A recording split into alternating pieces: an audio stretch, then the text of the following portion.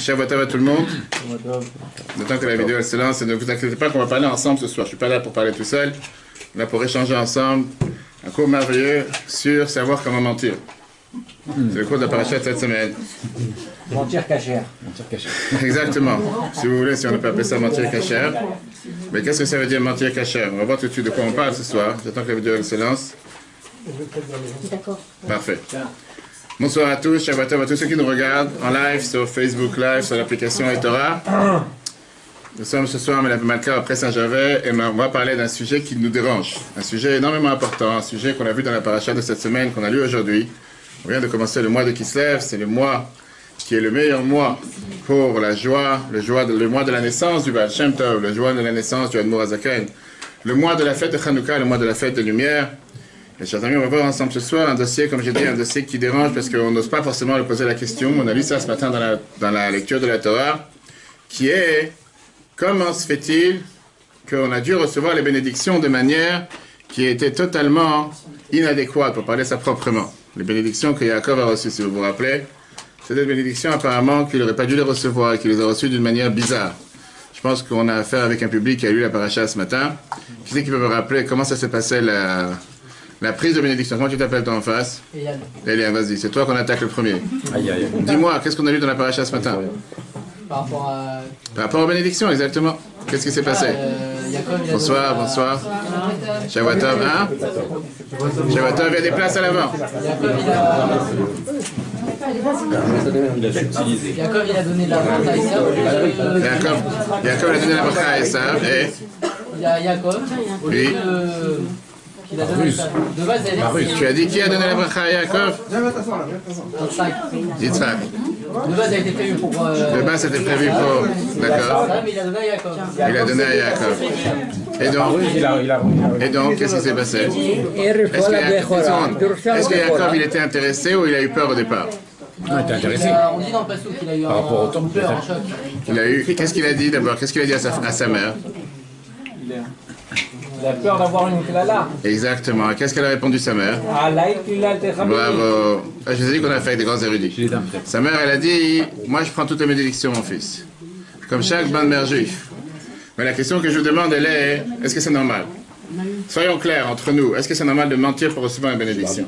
Est-ce que c'est normal de tourner la tête pour recevoir une bénédiction? Pas seulement est-ce que c'est normal, la question qu'on va voir ce soir, c'est est-ce que c'est normal que le patriarche qui est considéré pour être l'homme de vérité, celui qui est le plus vrai, Titen Emet le Yaakov, Chesed l'Avraham, Yaakov est la personne de vérité que vous avez tous sur les feuilles, on va tout de suite voir ensemble. Comment est-ce possible qu'il reçoit des bénédictions avec une telle ruse? Comment est-ce possible? Il voyait loin, lui, déjà. Il voyait que c'était... Lui, il voyait loin, vous avez raison, et son père ne voyait pas. Tout, il voyait pas que... Très bien, et son père ne voyait pas. Il faut répondre à la question lorsqu'il a dit mais attends, et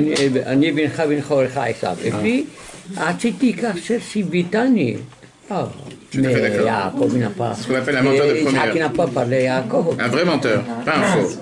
Mais moi, je vous demande des questions, on va faire un tour de table rapide. On va commencer par les femmes, parce que toujours les femmes d'abord. Qui c'est qui se considère... D'abord, tout le monde lève la main ensemble. Vous savez qu'on est en train de faire une série de cours de l'inquiétude à la quiétude dans les cours qu'on donne à votre travail et c'est retransposé sur l'application eTorah. Des cours très riches sur la culpabilité, la honte, la différence entre les deux. Demain matin, le cours sera sur repenser le regret. C'est un cours qui est élaboré par un institut international d'études avec plus de 4000 centres qui donnent le même cours dans le monde, dans le Betravat Sademan à Ponto Combo. Et c'est basé justement sur le Tanya très riche du chapitre 27 au chapitre 32. Mais la question que je demandais à tout le monde ce soir, vous n'êtes pas obligé de lever les mains tous ensemble. Est-ce qu'il y a quelqu'un ici qui peut dire qu'il n'a jamais menti dans sa vie? Personne lève la main. Personne lève la main, c'est incroyable. Tori, elle peut lever la main. Personne lève la main. Tori, elle peut lever la main. D'accord? Tori, elle peut lever la main. C'est qui Tori? Tori, elle peut lever la main. Réponds d'abord pour Yaakov. Yaakov n'a pas menti. On va y arriver. On va y arriver. D'accord? Tori, elle peut lever la main. Maintenant, je vous demande la question suivante. Personne n'a levé la main. Personne n'a dit qu'il n'a jamais menti. Maintenant, je vous demande une question et répondez sincèrement. Est-ce que quelqu'un peut dire qu'il se considère un menteur? Non, pas exagéré. Non. Est-ce que quelqu'un ici est un menteur? Ça nous arrive de dire des mensonges, mais on n'est pas des menteurs. Ça nous arrive de dire des mensonges, on n'est pas des menteurs. Qu'est-ce qu'ils sont forts, les juifs? On a Nathalie, Mimoun qui sort. Mensonge et transformer la vérité Exactement. pour des raisons, peut-être pour leur shalom ou d'éventuelles raisons peut-être Valable, justifié. Le cours il est Leilou Nishmat aussi, Moshe ben Mordechai ben Sarah Meimoun, décédé il y a un mois, il y a quelques mois, il y a un mois, je pense. Tout celui qui veut pour la fois, je te mets tout celui qui veut avec grand plaisir. Chers amis, Leilou Nishmat Rosalie Batester, Marcella Hamza Bat Gazela. Marcella Khamsa Bat Gazela et tous ceux qui désirent pour tous les peuples juifs partout où ils se trouvent. Chers amis, ce que je vous disais, je ne sais pas si vous vous rendez compte, on a dit que tout le monde a dit qu'on a menti moins une fois dans sa vie. Et que de l'autre côté, personne ne se considère menteur, il y a quelque chose qui ne va pas ici. Ou on est un menteur ou on n'est pas un menteur. Si tu mens, si tu as menti dans ta vie, c'est dire que tu es un menteur. On va pas dire que tu mens tous les jours, mais tu mens quelque part.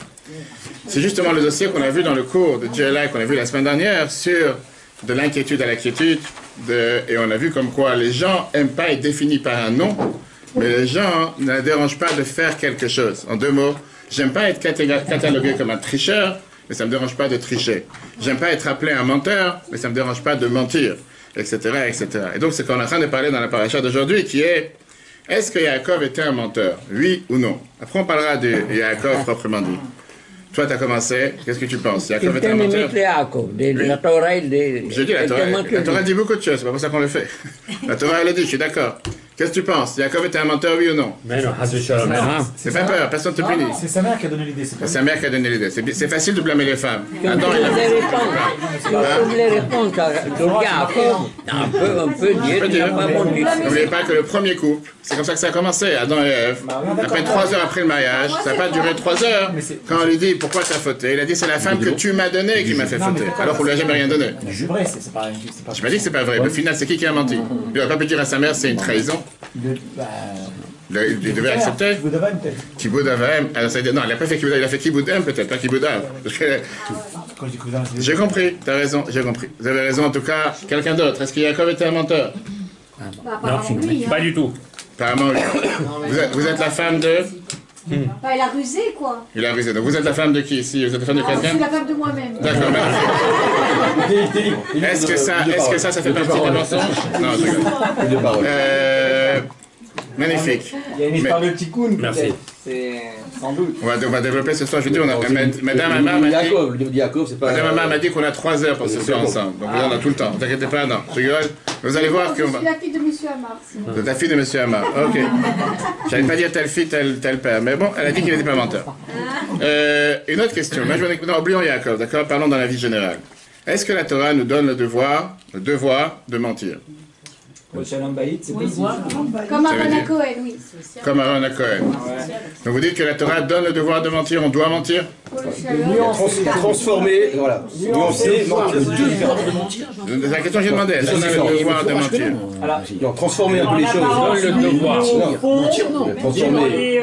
Ça veut dire? Moi, je dis pas donne le devoir, donne la possibilité, peut-être, mentir, mais donne le devoir, c'est un peu... Donne la possibilité de mentir. D'accord. Ça veut dire, comment tu t'appelles? Hachem, il a dit Sarah, elle a rigolé. Hachem, il a dit Sarah. Elle a dit qu'elle était trop bien, pour avoir un enfant. Oui, alors? Elle n'a pas dit qu'elle a rigolé sur son mari.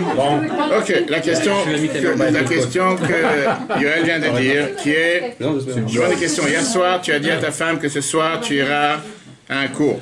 En réalité, tu cherchais à aller sortir dans un restaurant. Tu savais que si tu vas dans un restaurant, tu savais que si tu vas dans un restaurant sans ta femme, elle va être vexée. Toi, tu dis j'en ai marre, j'ai envie de sortir une fois tout seul. Donc, il a fallu faire croire que tu vas à un cours. Au moins, on va dire, ah, c'est bien mon mari, tu vas m'apprendre la Torah. Sur le dos de la Torah. Ça s'appelle. Sur le dos de la Torah, non. Ça, c'est pour le Shalom Bayit. C'est ce qu'il vient de dire, c'est ce que je viens de demander. Tu as dit que pour Shalom Bayit, on peut mentir. Non, tu viens de dire. Pourquoi vous répondez pour lui? Laissez-les répondre, hein? Donc, je viens de te donner un exemple précis. Tu as dit à ta femme, je vais à un cours, alors tu sais très bien que tu vas pas à un cours, tu vas pas ce soir. Il a dit que pour Shalom Bayit, tu peux mentir. L'inverse, oui. Je vais au restaurant, mais je vais à un cours. Qu'il a été et qu'il a tout compris alors qu'il a rien compris, ça passe. Mais qu'il y a été quand même. D'accord, heureusement que tu es là pour défendre. On parle d'une personne qui n'est pas mariée, c'est ça? Il faut quand même qu'il y ait été, qu'il ait fait la démarche, même s'il avait 5 minutes, il Non, mais y a l'inverse. Ce serait possible. Que quoi? Une épouse, de manière générale, je sais pas. Un couple, un monsieur, il commence à faire teshuva, il veut fréquenter les synagogues, la femme, elle veut rien entendre parler. Donc il dit je vais au sport. Alors, à l'inverse, il dit je vais au sport. Il veut dire je vais à un cours de Torah, je vais au restaurant, mais il va à un cours de Torah, pour essayer de progresser, peut-être au début, entre guillemets, discrètement, entre guillemets, en cachette, parce que la femme, elle est complètement contre. D'accord. Est-ce que dans ce sens-là? Peut-être. Ma question est la suivante. Est-ce que mentir une fois égale mentir toujours? Ah non. Après, comment vous appelez? Comment ça s'appelle? Michael. Est-ce que mentir une fois égale mentir toujours? Non. Mais est-ce que ça s'appelle mentir, ça? On va y arriver. Non. On va y arriver. C'est pas ça. D'accord. On dit, les parents se disent, Non, on mais fait pas Shabbat. Non, mais ça veut dire qu'on s'autorise quand Un même enfant ou un faire Shabbat en cachette. s'autoriser à On est mentir. d'accord, toujours. On va y arriver. Les parents ne veulent pas, c'est connu ça. Mes chers amis, on va commencer, on va rentrer dans les Les vifs parents du disent, tu sujet. fais pas Shabbat, tu dois pas écouter tes Vous allez parents, voir. tu fais Shabbat quand même. Je vais à un rabat de communauté. On peut poser la question même pour les bâtons qui a posé Arnaud pour changer la couleur du mouton. Tout à fait. Là-bas, On va y arriver. Chers amis, on va commencer avec une histoire qui s'est passée. Il y avait, vous savez, question d'histoire, on a l'habitude de raconter des histoires. Il y avait un rabbin de communauté qui avait l'habitude de faire des discours Shabbat. Et il a dit à sa communauté que Shabbat prochain, le discours parlera sur l'importance et la gravité du mensonge. Et il a dit pour que vous connaissiez le dossier comme il faut, pour vous préparer au discours comme il faut, je vous demande à tous de lire le chapitre 28 du Chumash Vayikra avant le discours la semaine prochaine. Comme ça, vous savez un peu de quoi on parle. Et comme ça, la semaine prochaine, quand on va parler de l'interdiction de la gravité du mensonge, vous allez savoir où on en tient. Ok. La semaine d'après, le rabbin il arrive à la synagogue et il commence son discours en disant « Je voudrais savoir qui a lu le chapitre que j'ai demandé la semaine dernière, le chapitre 28 de Chumash Vayikra pour se préparer au discours aujourd'hui. » La majorité des gens présents dans la synagogue lèvent la main. Et le rabbin répond en disant « Sachez, chers amis, que dans le Chumash Vayikra, il n'y a que 27 chapitres. Maintenant, on peut commencer à parler du mensonge. » D'accord? Vous êtes sûr? Ça, c'est la réalité. Parmi les 365 interdictions de la Torah, il y a seulement une interdiction que la Torah nous dit qu'il faut s'en éloigner. La Torah ne te dit pas qu'il faut s'éloigner de manger du porc. Elle ne te dit pas qu'il faut s'éloigner de profaner Shabbat. Elle ne te dit pas qu'il faut s'éloigner de ne pas respecter les parents. Sur les 365 interdictions négatives, à part le fait que la Torah te l'interdit, elle te rajoute en plus qu'il faut aussi s'en éloigner. Midvar, shaker, tichrak. La Torah te dit pas seulement que tu n'as pas le droit de mentir, que tu dois t'éloigner du mensonge comme le feu. Quelque chose qui dérange a priori. C'est que la Torah, elle te dit dans la parasha Kedoshim, le mensonge, c'est quelque chose que tu dois fuir, comme si c'est la chose la plus pire qui peut exister. Ni les relations interdites, ni Shabbat, ni kasher. Le mensonge, c'est la seule chose. Avançons d'un cran. On va voir dans la Gemara Vodazara, page 25, celui qui a la feuille peut suivre. On voit comment les patriarches étaient les seuls considérés et catalogués comme des personnes droites et des personnes justes. À tel point que Bilam Aracha lui-même, Bilam, qui n'était pas notre ami, il catalogue les patriarches comme des gens yesharim, des gens droits. Gemara Vodazara, page 25, vous l'avez, c'est écrit à Sefer HaYashar dans Yoshua, chapitre 10, verset 13. La Gemara te demande, c'est quoi ce Sefer HaYashar, le livre des gens droits? C'est le livre d'Abraham, Yitzhak et Yaakov qui sont appelés Yesharim. D'où on le sait. Parce que Bilam a dit, Tamot nafshi, mot Yesharim. Et il fait allusion aux patriarches qui sont appelés des gens droits. Parmi les trois patriarches, qui est celui qui est considéré le plus droit, le plus juste? Yaakov. Par chaque qu'on a dit ce matin, la Torah nous dit, Vaïk de l'Oanaharim. Les enfants, ils ont grandi. Esav était considéré Ish Tzaïd, un homme de chasse. On va tout de suite voir que ce n'était pas seulement la chasse réelle. Et Yaakov Ishtam. Vient Rashi, commentateur de la Torah. Et il nous dit, c'était quoi Ish Tzaïd? La tzoud aviv ou le ramoto. Il avait l'habitude de chasser son père et de le ruser, de mentir à son père. Comment? Il avait l'habitude de ruser, demander la fameuse question, est-ce qu'on doit prélever le maaser sur Meler Veteven? Est-ce qu'on prélève le maaser sur le sel et le foin, alors qu'on sait très bien qu'on ne prélève pas le maaser dessus? Son père s'imaginait, rappelez-vous de ce détail, que c'est quelqu'un de grand érudit. La preuve, c'est qu'il demande des questions assez pointues pour savoir s'il faut prélever le maaser sur quelque chose que normalement on ne le fait pas. Alors que Yaakov Ishtam, Rashi nous dit, Yaakov n'était pas du tout professionnel dans la matière. C'était pas un ruseur, c'était pas quelqu'un qui tourne la tête. Kelibo ken piv. Son cœur était comme sa bouche. Misheino charif le ramot. Écoutez le mot que Rashi emploie. Celui qui n'est pas un professionnel de ruse, il est appelé tam, il est appelé un simple. Pas seulement un tam, simple c'est dans la Haggadah. Tamim tiyeh, Hashem Elokecha, ça veut dire sois intègre. Bravo. Heureusement que Rabbi Yoel est là. Le Chuma, Micha, dans les Nevi'im, nous dit, dans le Nach, chapitre 7, verset 20, Titen emet le Yaakov, chesed Avraham. Dieu il a donné la qualité, l'attribut de vérité à Yaakov, et il a donné l'attribut de bonté à Avraham. Rashi nous dit, sur place, Titen, vous avez dans le texte devant vous, Titen et midat emet shel Yaakov le banav, donne l'attribut de vérité de Yaakov à ses enfants. La question qui dérange, comme j'ai dit, c'est quelque chose avec laquelle on n'est pas à l'aise. Et qu'on lit tous les ans la même paracha. Comment ça se fait que ce Yaakov, qu'il a appelé le Ishtam Yeshev Ohalim, qui est appelé l'homme intègre, l'homme de droiture, il est mélangé dans une paracha ici, que toute cette paracha, c'est une paracha de ruse. Une paracha de tromperie, il ne faut pas se voir la face, c'est une tricherie, c'est une tromperie, c'est une trahison. On peut la citer, on va tout de suite voir comment les Chachamim nous décrit cette paracha. À tel point que Yitzhak lui-même, quand il parle après à Esav, à son frère qui est venu après, il dit à son frère, Ba achicha bemirma velakar bichatecha. Ton frère est venu avec ruse et il a pris ta bénédiction. Il a appliqué ta bénédiction. Et qu'est-ce que ça veut dire que Yitzhak il dit à Esav, je suis désolé, ton frère m'a trompé, ton frère m'a rusé. C'est Yitzhak qui dit ça. Il n'est pas en train de lui dire, il a fait un tikkun. Tout ce qu'on a dit après, c'est vrai que dans la Torah, il y a 4 manières d'expliquer. Pshat, Remesh, Drusot. Là, dans le sens simple, Yitzhak il dit qu'il m'a trompé, il m'a rusé. Quand est-ce que cette histoire s'est passée? C'est passé la veille de Pessah. C'était le jour d'anniversaire, l'âge 123 ans de Yitzhak. C'est très bien que les Chachamim nous disent que quelqu'un, quand il arrive 5 ans avant l'âge de décès de ses parents, il doit se soucier peut-être qu'il est arrivé aussi l'âge dans lequel sa mission sur Terre sera terminée. Jusqu'à 120 ans. Comme Sarah est décédée à l'âge de 127 ans. Yitzhak, il a maintenant 123 ans. Yitzhak se dit que certainement, il doit se douter, peut-être que maintenant ça arrive le jour qu'il devra finir sa mission sur Terre. Donc Yitzhak, il demande à Esav, prépare-moi à manger, afin que je puisse manger avant de mourir. C'est ce qui est écrit dans le texte. D'ailleurs, le manger sur la table, il faut le manger. C'est pas parce que demain on a fini notre mission, il faut manger. J'étais dans pendant les cours. Demande d'Avka à Pessah, parce qu'il y a une chilémoute au niveau des On va y arriver, on va y arriver. Rivka, vous avez raison, il est né à Pessah. Rivka, elle entend de la chambre à côté ce qui se passe. Et elle envoie Yaakov, va, prends-toi les bénédictions à la place. D'accord. Prends les bénédictions à la place de ton frère. Son père, il est aveugle. C'est encore plus grave, la ruse. Abuser de quelqu'un d'aveugle.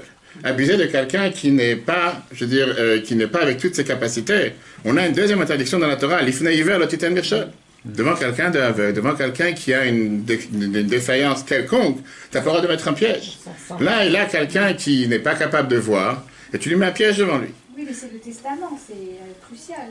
C'est-à-dire? C'était le moment où il allait donner la bracha, c'est une forme de testament. Je suis tout à fait d'accord. Alors, une raison de plus, pourquoi, comment elle a pu agir de cette pareille? Maintenant, vous n'êtes pas marié, oui. Mais n'importe quel couple qui est marié, quand le mari il est à côté de la chambre de sa femme, s'il a quelque chose à lui dire, il peut aller la voir. Aujourd'hui, il enverra un WhatsApp ou un texto. Mais il peut aller la voir. On va tout de suite voir. Ils sont mariés ensemble depuis plus de 80 ans, on va tout de suite voir. Ça ne peut pas dire qu'ils avaient un problème de Shalom Bayit. On va voir, la semaine dernière, on a donné un autre cours, vous pouvez voir sur l'application Torah, que sur tous les couples, le seul couple que la Torah parle d'amour, c'est Yitzhak et Rivka. Ni Abraham et Sarah, ni Yaakov et Rachel. Rachel, la Torah nous dit que Yaakov a Yehav, Yaakov et Rachel, Yaakov il a aimé Rachel. Mais le seul que la Torah nous dit que Yitzhak, il a fait rentrer Rivka dans la tente de sa mère, Yehavea, il a aimé le mot amour. C'est le couple, c'est Yitzhak et Rivka. C'était le couple par excellence. Tout un coup, pour voir sur l'application comment ça se fait que ça n'a pas marché comme on s'imaginait. En tout cas, il appelle Esav et il demande de préparer à manger. Et comme on a dit, Yitzhak était aveugle. Et donc Rivka, elle s'est dit, de toute façon, je peux tromper mon mari.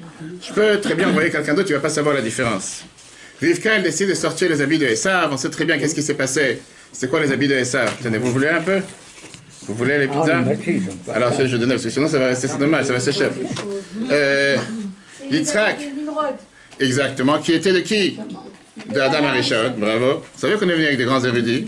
Et il vient, c'est Yitzhak. Je veux dire, il vient, sa mère, elle vient chez Esav. Elle prend les habits de Esav.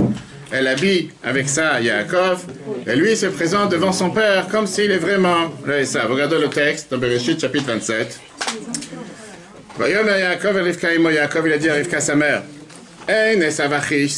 mon frère c'est quelqu'un de poilu, moi je suis quelqu'un qui n'est pas poilu. Yaakov lui-même, c'est ce que j'ai demandé la question tout à l'heure à Eyal, qu'on voit comment Yaakov lui-même il doute. Et il s'est dit, mon père n'est pas dupe. Mon père, il va savoir que je suis en train de lui tourner la tête. Kim Tata, je suis en train d'amuser avec lui. Et on voit la suite, comme il a dit, monsieur le grand rabbin, tout à l'heure. Yaakov, Yaakov, il a dit à son père, Anochi, Esav, Bechorecha, je suis Esav, ton premier-né. On sait très bien ce que Rashi nous dit, les commentateurs, qu'il y avait la virgule au milieu, qu'il n'a pas vraiment menti, qu'il a dit, moi, je suis là, Esav est ton premier-né, etc. Mais en tout cas, il a dit, Asiti, Kasher, Dibata, Elai. J'ai fait ce que tu m'as demandé. Encore un autre mensonge qu'il ne lui a jamais rien demandé. Maintenant, il fait croire à son père que c'est vrai que c'est ce que tu lui as demandé. Et d'ailleurs, Yitzhak, il est étonné, il demande qu'est-ce qui se passe ici? Comment ça se fait que tu es venu si rapide? Qu'est-ce que tu as fait aujourd'hui? Tu as derrière. Tu as réussi à chasser rapidement, à cuisiner rapidement. Qu'est-ce qu'il y a? Tu avais un four micro-ondes qui marche à tellement de volts, tellement rapide. Et qu'est-ce qu'il répond? D'abord, Yitzhak qui lui demande, Atazebni Esav, tu es vraiment toi, mon fils Esav? Il n'a pas dit je suis Esav, il a dit Ani, je suis. On va voir les détails. Non, Ani. Yomer Ani, il dit je suis. Après, on a vu qu'il dit Anochi Esav, Ani. La Torah continue en nous disant, Vayecherad Yitzhak haradak de là. Yitzhak, il a eu une énorme peur. Il a eu crainte. Et qu'est-ce qu'il répond et qu'est-ce qu'il a fini en disant, Ba achicha b'mirma, ton frère est venu avec ruse, Vayikar bichatecha, et il a pris ta bénédiction. Comme on a dit tout à l'heure, est-ce que ça, c'est ce qu'on définit quelqu'un qui est appelé et considéré dans la Torah, Ishtam Yoshev Alim, quelqu'un de droit, quelqu'un d'intègre, quelqu'un qui ne ment pas, quelqu'un qui est considéré la Midat Emet? Comment on peut dire une chose pareille? C'est impossible que quelqu'un pareil, qui est défini comme quelqu'un de vrai, quelqu'un de vérité, il peut agir comme le plus grand truand sur terre. Tu abuses d'une personne vulnérable? Qui ici, autour de la table, est prêt à abuser de quelqu'un aveugle? Personne normale ne fait pas une chose pareille. Comment tu peux abuser de quelqu'un qui n'est pas capable de voir? Tu lui fais croire que c'est quelque chose qui n'est pas vrai. Et en plus, tout sous le déroulement, c'est quelque chose qui n'a pas de sens. Et on sait très bien que la Torah ne parle pas ici avec des mots en vain. La Torah ne va pas rajouter des versets en plus. On parle ici des dizaines de versets sur cette histoire. Ce qui est dur à comprendre, comme j'ai dit tout à l'heure encore plus, c'est que pourquoi passer de manière si tordue que ça? Quel est le message que la Torah veut faire passer ici? Est-ce que Rivka ne pouvait pas très bien aller chez son mari, comme je dis? C'est pas seulement son mari, c'est un mari qui vit ensemble depuis tellement de temps. Et lui faire passer, lui dire, écoute, tu fais une erreur, et si tu ne devrais pas envoyer les bénédictions à Esav, tu dois donner les bénédictions à Yaakov. Ils étaient mariés depuis 84 ans. Le double de ce qu'on appelle aujourd'hui le mariage d'or. L'âge doré va savoir combien de gens sont mariés 84 ans aujourd'hui ici. Il n'y a pas un couple que je connais qui est marié 84 ans. Les gens ils vivent jusqu'à 120 ans, ils ne sont pas mariés 84 ans. Ils étaient stériles pendant 20 ans, depuis le début du mariage. Au moment des brachot, Rashi nous dit clairement, on a vu aujourd'hui dans le Chumash, dans Rashi, 64 ans, ils avaient Yaakov et Esav, 84 ans de mariage. 84 ans de mariage, c'est sûr qu'ils ont dû se battre quelquefois. Mais certainement que le couple, il était une merveille, parce que pour durer 84 ans ensemble, certainement qu'ils s'entendent bien. Alors même si à l'époque, ils n'avaient pas WhatsApp, ni Facebook, ni l'application Torah, ni quoi que ce soit, Rivka pouvait aller voir son mari, lui dire qu'est-ce qu'elle en pense. Elle a besoin de faire toute une ruse, elle a besoin de faire toute une histoire montée, lui donner les habits de l'un de l'autre. La question est demandée par le rabbi précédent, dans un discours qu'il a prononcé, le rabbi précédent de Lubavitch, le rabbi Yosef Yitzhak, dans un discours qu'il a prononcé en 1943. Vous avez ici le texte. Tzarich Lehavin. Vous l'avez sur le texte, je ne sais pas si c'est la fin du premier chapitre. La fin du premier, juste ici. Là, vous voyez? Ici. La fin du premier chapitre. La fin du chiffre 1. Tzarich Lehavin. Là, regardez. Là, regardez, ici, là. Tzarich Lehavin. Je voudrais comprendre. Pourquoi Rivka et Yaakov ils ont fait Messirut Nefesh, ils ont donné leur âme. La Kachat, Brachot chez Esav pour prendre les bénédictions d'Esav. Alors, Brachot Yaakov, Amorim Esav à Paracha. Les Brachot de Yaakov, ils ont été dit aussi à la fin de la Paracha, chez Birkat Avraham, la bénédiction d'Avraham. Donc on dit comme ça. Yaakov c'était quelqu'un de béni de toute façon, il n'a pas à s'inquiéter, il n'est pas quelqu'un de maudit. Pourquoi il devait faire un tel Messirut Nefesh, un tel don de soi pour prendre les bénédictions de Esav qui étaient finalement sur des choses matérielles? Papa, ici, des bénédictions. Il était béni par Dieu de toutes les façons. Ils ont fait en plus des choses de ruse et des choses de tromperie. Rivka, Albisha et Yaakov, Otam Avgadim, Rivka, elle a habillé Yaakov avec des habits qui étaient les meilleurs habits de Esav. Et Yaakov Amar Anochi, Yaakov dit c'est moi, Esav ton premier-né. Le sens du pshat, encore une fois, le sens simple. Il y a quelque chose qui dérange, mais on n'a pas fini avec les questions. Pour renforcer la question, comme on l'a dit tout à l'heure, quel est le problème avec le mensonge? Pourquoi c'est la seule interdiction sur les 365 interdictions de la Torah que la Torah te demande le devoir de s'en éloigner? Pourquoi la Torah te dit pas le devoir de pas mentir tout court? Comme tout le reste, on sait très bien qu'il y a l'interdiction de ne pas mentir. Mais pourquoi en plus il faut s'en éloigner? On va voir ici ce que les Midrash nous racontent. Quel est le danger du mensonge? Pour ça, la Torah nous dit pas seulement de ne pas mentir, mais de s'en éloigner. Parce qu'un mensonge entraîne d'autres mensonges. Qui veut dire, le problème du mensonge, c'est une dépendance. Comme la drogue, comme l'alcool, comme tout le reste. Et surtout, le mensonge, c'est quelque chose qui c'est une chaîne, qu'une fois que tu as commencé le premier maillon de la chaîne, tu t'en défais plus. Il y a un fameux dicton qui dit que pour réparer un mensonge, il faut plusieurs mensonges. Tu ne t'en sors plus. Une fois que tu as commencé à mentir, tu commences à mentir tout le temps. Le Midrash se raconte, le Midrash Tantroum, on va tout de suite voir, nous dit que le mot mirma, écoutez bien, c'est grave, mais c'est ce que le Midrash nous raconte. Que le mot mirma qui a été employé ici, que Yitzhak qui dit par rapport à Yaakov, ton frère est venu par ruse enlever les bénédictions, ça a coûté cher à Yaakov, que lui-même a dû employer ce même mot pour 2 fois il a été rusé, avec exactement la même histoire. Première histoire dans le Chumash Bereshit. La Torah nous dit à 2 reprises que Yaakov se sent lui-même trompé et rusé par d'autres. La Torah, la première fois qu'elle nous raconte ça, c'est dans l'histoire de Léa à la place de Rachel, qui dit à Lavan, il dit à son père, Lama remitani, pourquoi tu m'as trompé? Le même mot que son père a employé sur lui. Et la deuxième, c'est quand Yaakov, avec ses enfants, qui sont partis tuer les enfants de Shrem, en faisant croire qu'ils voulaient se marier avec leur sœur, Dina, et à la place, il les tue. Et encore une fois, on voit comment la Torah, elle emploie le terme, Mirma, ils sont venus avec ruse. La Torah nous fait ici allusionner quelque chose de grave, que quelqu'un qui trompe une fois, il finit par lui-même se faire tromper. Quelqu'un qui ruse une fois, il finit lui-même par se faire ruser. Quelqu'un qui emploie du mensonge envers les autres, il finit par lui-même avoir du mensonge envers lui. Regardons le texte, Midrash Tantruma, le chiffre 2.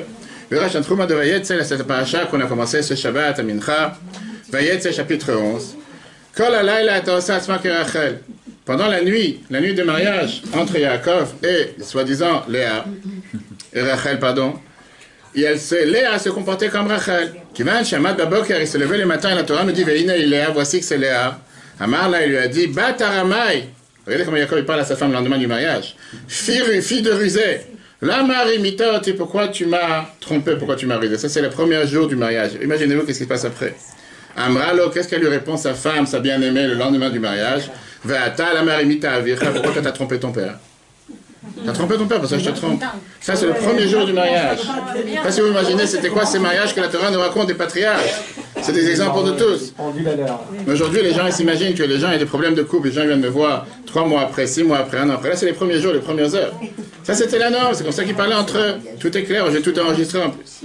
Ça, c'était une histoire de tromperie. Donc, on voit que lui, Yitzhak, qui dit sur Yaakov, à son fils Esav, ton frère est venu par ruse me tromper, et il a pris les bénédictions. Et Yaakov, il emploie les mêmes termes à sa femme qui n'est pas censée être sa femme. Elle lui dit, toi, t'as trompé ton père, moi, je te trompe. Imaginons-nous aujourd'hui que quelqu'un dise la même chose ici. Deuxième histoire, le Balatorim, chapitre 27, verset 35. Vayanoum de Yaakov et Shrem, quand on sait très bien que les enfants de Yaakov, ils ont fait souffrir les enfants de Shrem. Rachid nous dit, Bemirma, qu'est-ce que ça veut dire avec ruse? Ou Baal et Aviv Bemirma, puisque Yaakov est venu avec ruse et tromperie dans son père. Ba ou Banav Bemirma, ses enfants, ils sont venus avec ruse tromper les enfants de Shrem. On voit comment c'est quelque chose qui est un poison. C'est plus grave que Mida Keneged Mida. On voit comment quelqu'un qui commence avec un mensonge, tu ne peux plus te désempêtrer de ce mensonge. Ça finit, c'est une chaîne. Et la réalité, elle est que quand les parents disent aux enfants, dis-lui je ne suis pas là, les enfants ils ont compris pourquoi il ne faut pas mentir. C'est pas ça dans Dieu du matin jusqu'au soir, il ne faut pas mentir. Quand tu as des enfants à la maison, que quelqu'un il appelle ou quelqu'un il tonne la frappe à la porte et la mère elle dit dis-lui je ne suis pas là. Et tu peux dire du matin jusqu'au soir qu'il ne faut pas mentir. L'enfant il a compris qu'est-ce que ça veut dire, il ne faut pas mentir. Parce que plus, qu'est-ce que tu lui dis de faire, il comprend comment toi tu agis. Comment tout de suite voir. Qu'est-ce que la Torah vient nous dire ici? La Torah te dit d'abord le premier message que quelqu'un qui se comporte avec ruse, il y a ici des conséquences. Yaakov, Rivka et Yaakov, ils avaient certainement raison, comme on l'a dit tout à l'heure, avec ce qu'ils ont fait. Tikkun, on connaît toutes les explications kabbalistiques, Remez, Drush, on reste sur le pshat, le sens de ce qui nous concerne. Mais ça a eu ici pas seulement ça a eu ici un prix à payer, ça a eu des conséquences graves. Ça a créé un standard particulier, comme la Gemara nous raconte dans Ibamot 63. Vous n'avez pas ça dans le texte chez vous. Une histoire avec la femme de Rav. Pas d'un Rav, de Rav, qui le faisait souffrir. Pas pour qui que ce soit ici. Et qui faisait à chaque fois le contraire de ce qu'il demandait. La Gemara nous raconte que quand Rav il demandait à sa femme un plat de lentilles, sa femme lui donnait un plat de hummus. La Gemara nous raconte. Et quand il demandait du hummus, elle lui donnait de lentilles. Bref, elle faisait tout pour l'embêter. Va savoir c'était quoi le shalom qu'ils avaient. Une fois, il a demandé à son fils, va demander à maman d'amener un plat de lentilles. Il s'est dit, tu sais quoi, par mon fils, ça va passer mieux. Le fils, il a changé. Il a dit, papa, il demande un plat de hummus. Il a voulu jouer le jeu. Maintenant, au final, le père, il a reçu un plat de lentilles, comme il a demandé. Parce que puisque le fils a changé, elle m'a dit, il veut un plat de hummus, je lui donne un plat de lentilles. De toute façon, j'ai l'habitude de m'amuser avec lui. Maintenant, il amène le plat devant Rav. Quand il amène le plat devant Rav, il voit que sa femme, elle a fait ce qu'il a demandé. Il a amené un plat de lentilles. Alors, il demanda à son fils, qu'est-ce que tu as dit à maman? Il lui dit, j'ai dit la vérité. J'ai dit, je demandais un plat de hummus, parce que tu m'as demandé un plat de lentilles. C'est pour ça qu'elle a donné un plat de lentilles. Mais lui, parce qu'elle a inversé ce que j'ai dit. À la place de remercier son fils, la Gemara nous dit, il a dit à son fils, Al targil le chantral et dvar chacun. Ne t'habitue pas à mentir. On voit comment un dépend de l'autre. Mais non, cette histoire, c'est d'abord une leçon dans la vie. Les gens s'imaginent que le problème d'un mensonge, c'est quoi? C'est que tout le temps que je ne cause pas du tort à quelqu'un d'autre, je me cause du tort à moi-même, j'ai rien fait de mal. Mentir, la Torah t'interdit de mentir quand tu fais du mal à quelqu'un.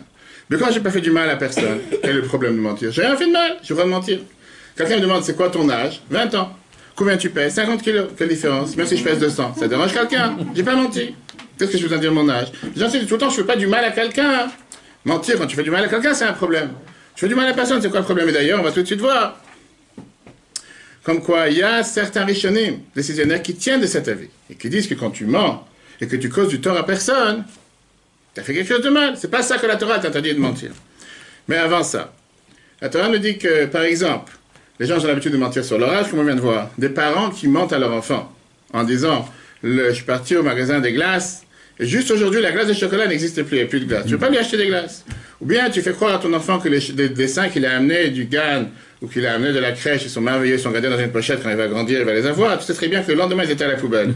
Tu veux pas qu'il commence à te prendre la tête du matin jusqu'au soir, tu racontes des histoires. Et comme j'ai dit tout à l'heure, le plus grand professeur en psychologie, on a vu ça dans le cours la semaine dernière, dimanche matin, sur la honte, par rapport à la culpabilité qu'on verra demain matin, que quand tu dis à des gens, est-ce que vous vous cataloguez comme des tricheurs, personne ne se dit qu'il est un tricheur. Mais est-ce que vous demandez aux gens, est-ce que vous avez une fois triché dans votre vie? Tout le monde dit oui. Alors pourquoi vous n'êtes pas des tricheurs? Parce qu'il y a une différence entre être catalogué avec le nom tricheur et le verbe tricher. Tricher, tout le monde le fait, enfin, je parle pour moi, alors que tricheur, on n'a pas envie de t'appeler tricheur. C'est exactement la même chose. Les Rishonim, dans le Sefer Yerim, Siman 235, il dit la phrase suivante. Le trachek mikol sheker, on a le devoir de s'éloigner de n'importe quel mensonge qui peut amener l'idée hezek havero oral, qui peut faire du mal et du tort à quelqu'un en lui causant un dommage. Aval sheker she'eino ba lidera, mais un mensonge qui n'apporte pas du mal à quelqu'un d'autre, lo yezira Torah alav.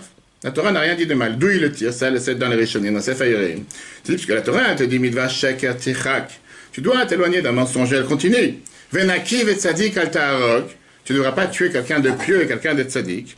Pourquoi qu'il a tzadik rachat, je ne vais pas justifier un rachat. De là, je comprends que si tu n'as pas tué quelqu'un, tu n'as pas fait du mal à quelqu'un, tu as le droit de mentir. Mais la majorité des Rishonim ne pensent pas comme lui. Et ils te disent que sheker, qu'est-ce que ça veut dire mentir? Ça veut dire changer la vérité. Parce que quand tu changes la vérité, au final, tu ne dis pas la vérité.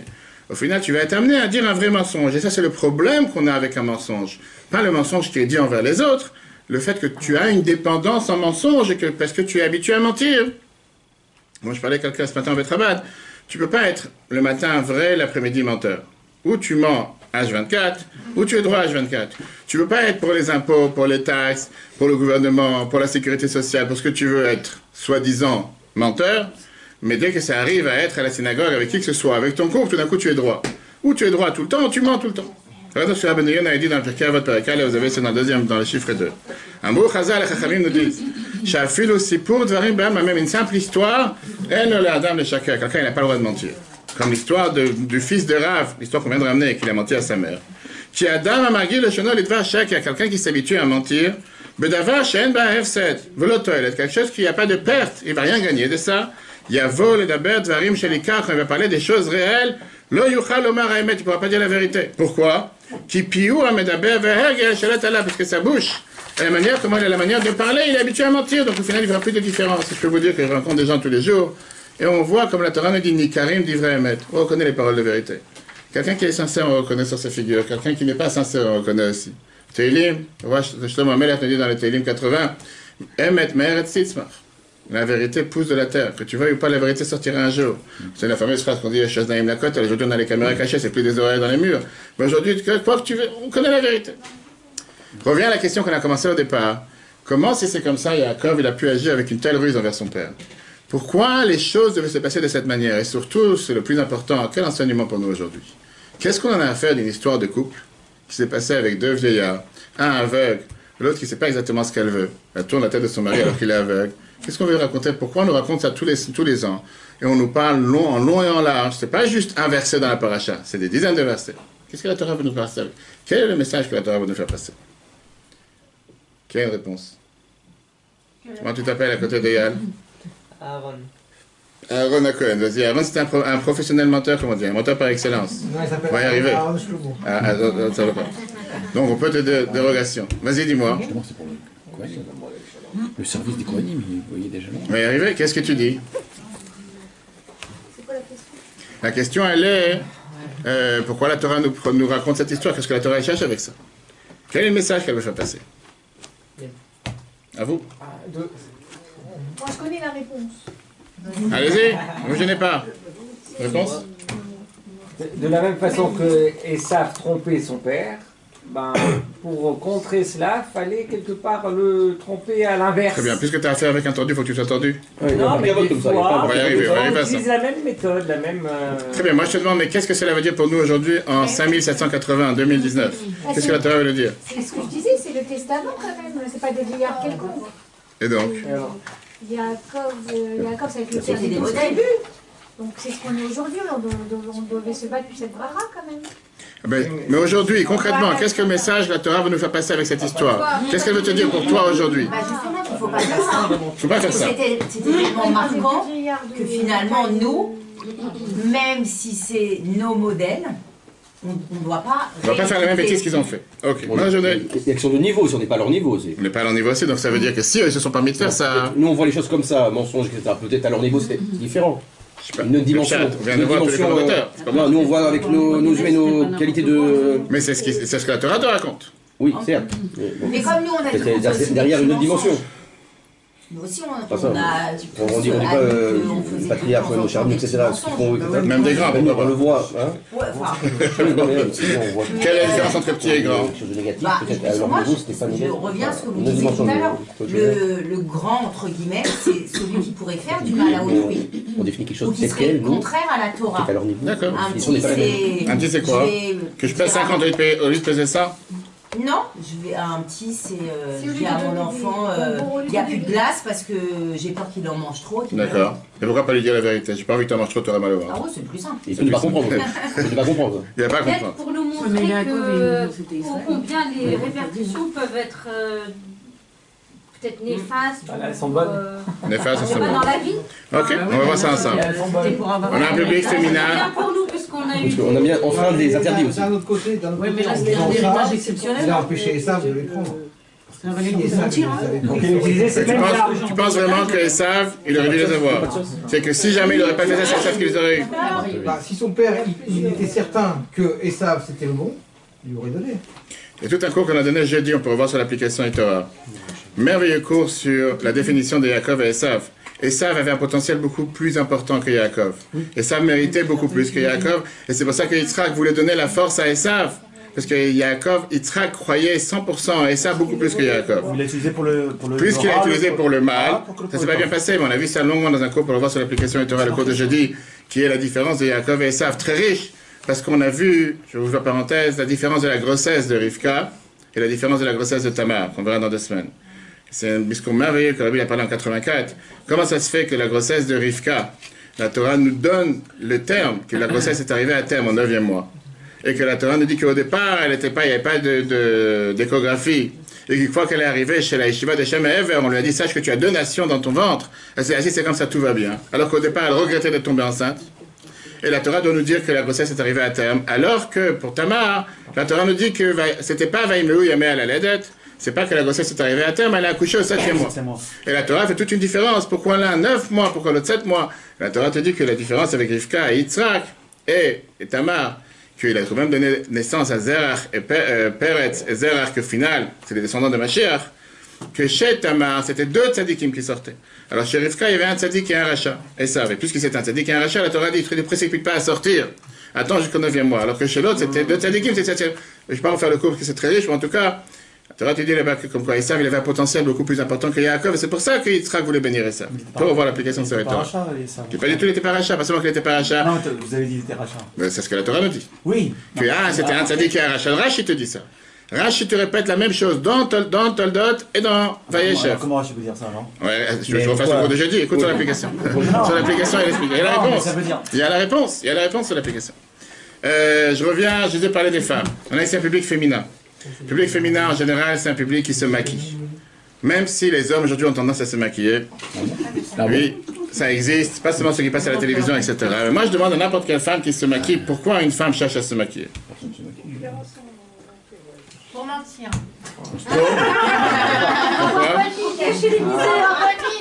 pour avoir de la mine. Camoufler ce qu'il faut Pour pas. plaire à son mari, En d'abord. deux mots, ça s'appelle tromper. Mais pour plaire à son mari. Ça s'appelle pas tromper? Non, mais elle doit être belle. Soit naturelle, La soit femme, elle naturelle. doit être belle pour son mari. C'est un artifice, c'est pas. Encore une fois, ça veut dire que sans maquillage, elle est moche. Belle, voilà. C'est pas dit qu'elle est moche. C'est la vérité. Elle est plus belle. Ça joue sur les mots.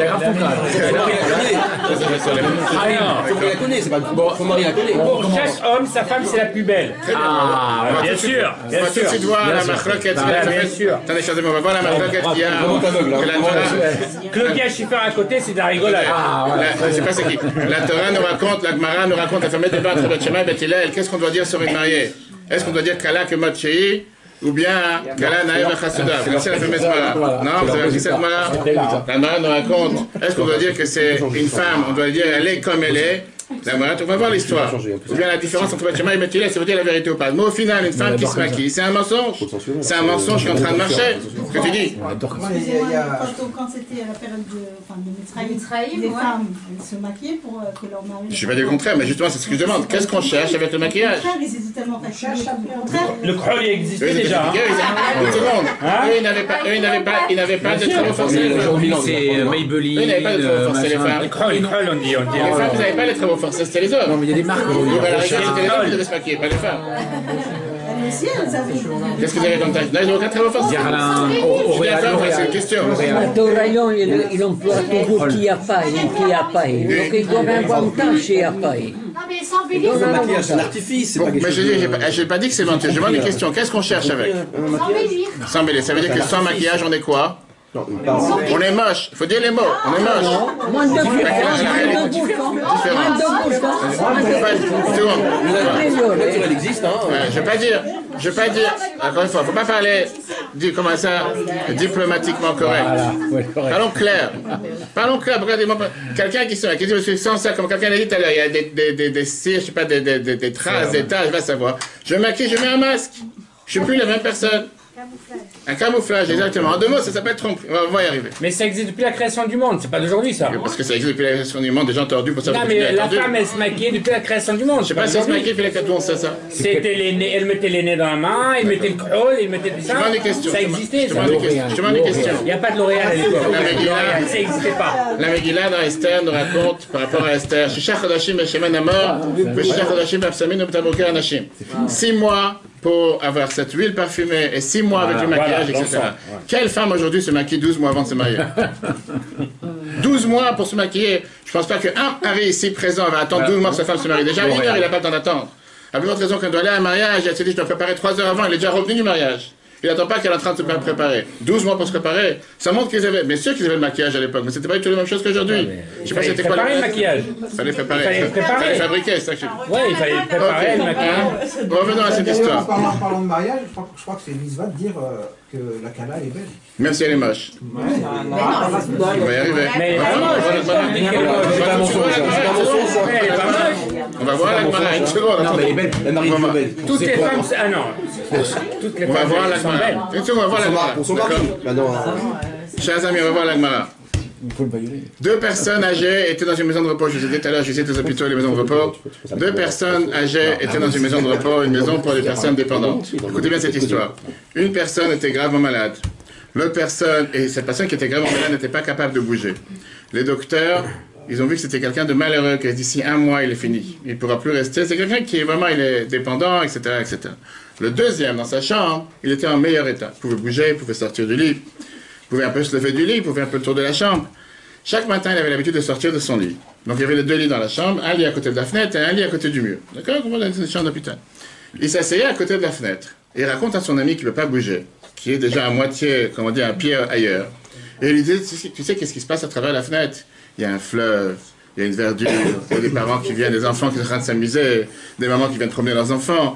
Et il raconte tout ce merveilleux monde qui se passe juste en bas de la fenêtre. Il dit, c'est merveilleux ce que je vois, mais regarde comment aujourd'hui il y a une fleur qui vient de tomber, il y a un avion qui vient de passer. Ça raconte des merveilles. Et l'autre qui est assis sur son lit, il ne peut pas bouger. Il ne peut pas bouger, il n'arrive pas à bouger. Et dans sa tête, il s'est dit, tu sais quoi? Un jour, je vais guérir, je vais m'en sortir, je vais pouvoir aussi voir tous les merveilles qu'il est en train de voir. Et lui, il le faisait pour le tenir, qu'il tienne, qu'il lui donne des pouvoirs. C'était faux. Qu'il lui donne des forces, etc. Et dans son rêve, cet homme-là, Il s'est dit, j'attends le jour que je vais pouvoir me lever, je vais pouvoir me rebouger mon dos, je vais pouvoir me remettre les pieds par terre, je vais pouvoir finalement aller voir tout ce que l'autre y voit.